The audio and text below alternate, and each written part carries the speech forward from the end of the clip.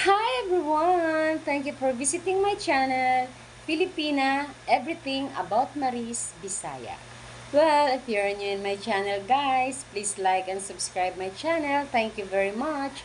And to those who are my subscribers already, thank you very much for continue supporting me guys. Well, today, here's Shirin Demars again from Philippines, Surigao, Proud Bisaya with love.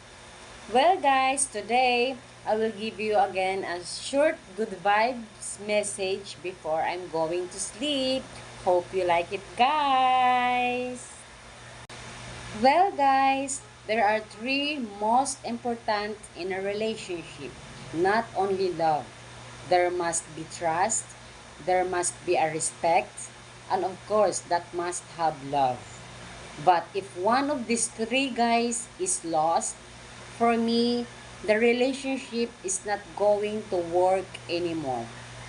Of course, we give a chance. No matter what, guys, you give a chance to your partner. We can give a chance one, two, three, or even more. But at the end of the day, you wake up in the morning and you realize that this relationship has no destination anymore. You just have to be thankful for the years that you've been together. Your marriage was happy, you love each other, you inspired each other. So give each other freedom. Life goes on and move forward. Okay? Well, guys, it's normal for us to get hurt or feel all this pain because we are just human. So, what should we do, guys, is be strong and have faith always that one day time will come, it will be okay and alright. Okay?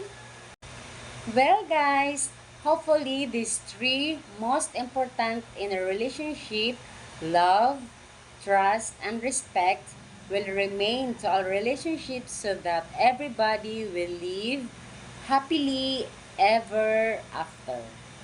Okay? So, that's all for today, guys. Hope you like the good vibe message from your Inday Maries. Have a nice day, everyone. Like what I said as always, smile and be happy, guys. Have a nice day, everyone. Take care and be safe. Bye for now again, guys.